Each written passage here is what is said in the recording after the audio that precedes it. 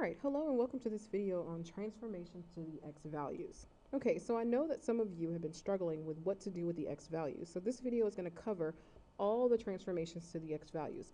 So first, we're going to break it up and we're going to talk about translations, which most of you are okay with. And then we're going to go into dilations. And then we're going to go into reflections. And then we're going to go into when it's mixed. Okay, so feel free to skip ahead to whichever video that you need the most help with. All right, so I'll start out by talking about translations. Okay, so translations is basically when you're adding or subtracting a number from the x value. So everything we're talking about in this video is related to x. Okay, I think you guys have y, so let's talk about x. So in this case, I'm subtracting a number from x. So when you're doing something directly to x, it usually involves the opposite. And you know that whatever change you have, that change is going to be in the horizontal direction.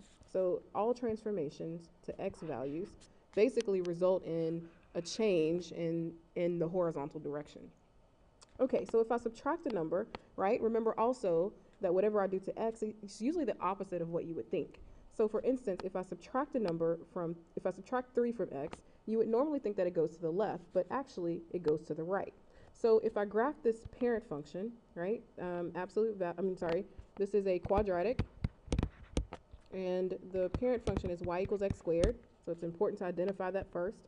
And then our numbers are 2, 4, and then negative 2, 4. So it looks like a parabola. And so the first number I'm going to start out moving is the vertex, just because that one is easier. So I'm going to do that one in a different color. Okay, so this is y equals x squared, the general parent function. And now we're going to shift it. So we're going to shift it to the right because we're subtracting 3. So 1, 2, 3. So basically, I take the vertex shifted, and I take that and do that to all the other points. So 1, 2, 3. And then this point, 1, 2, 3. And the same with these points here. So 1, 2, 3. And you need to aim to graph at least 5 points. 1, 2, 3. So that you can really have an idea of what it looks like. Okay, so notice this one hasn't changed in size. All it did was basically just shift it over to the right side. Okay, so now let's look at this one. This is an absolute value function. So y is equal to the absolute value of x as our parent function. And so we're going to graph this one. It has a 1-to-1 ratio. Okay, so when I get that on my graph, it looks like this. And so it's always good to label your function, especially if you forget which color that you're graphing either one in. Okay, so this is the absolute value parent function. It looks like I'm adding 5 to it. So if I'm adding 5, I would think I would go to the right, but actually instead I'm going to go left. So adding 5 means that I'm going to graph this function to the left. And so I'm going to do that in a different color. So that's going to be 1, 2, 3, 4, 5. And so all the points are going to shift 1, 2, 3, 4, 5. So choose 5 points to shift 5. So this one, 1, 2, 3, 4, 5 will end there. This one, 1, 2, 3, 4, 5. And then 1, 2, 3, 4, 5. One more. 1, 2, 3, 4, 5. So just make sure you do points on both sides if it's a symmetrical function. Okay, so this one looks like that. Everything is just shifted to the left. Okay, so let's look at how that applies to the next one. So here we have an exponential function. So this one is exponential. And so the parent function for this one, we have to look at the base, right? So y equals 3 to the power of x. So when we graph the function y equals 3 to the power of x, the parent function is going to be, it's 3 to the negative 2 would end up being 1 over 3 squared, so that becomes 1/9.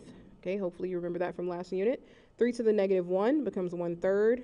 3 to the 0 is 1. 3 to the 1 is 3. And then 3 to the second power is actually going to end up being 9, so that function is up here. Okay, so this is our parent function. Y equals 3 to the x. So I'm going to label it as our parent function. And so the new function is going to be what happens when we subtract 1 from x. Well, that's still going to shift our function. So I'm going to do that one in yet another color. All right, so in this case, all of the x values, since I'm subtracting 1, everything is actually going to shift to the right. So every point is going to shift 1 to the right. This one is going to shift 1 to the right. Even this little 1/3 is going to shift to the right. 1/9 is going to shift to the right. So I get a function that looks like the one before it, it's just shifted to the right. So you can see that everything has an equal distance. So this one is shifted to the right. So everything is still the same distance from the parent function, right? Because all we did was shifted everything one to the right. Alrighty, so that covers translation. So at this point you can stop the video and go on to dilations if you would like, or you can do some more practice with your homework. Hope this helps. Thanks.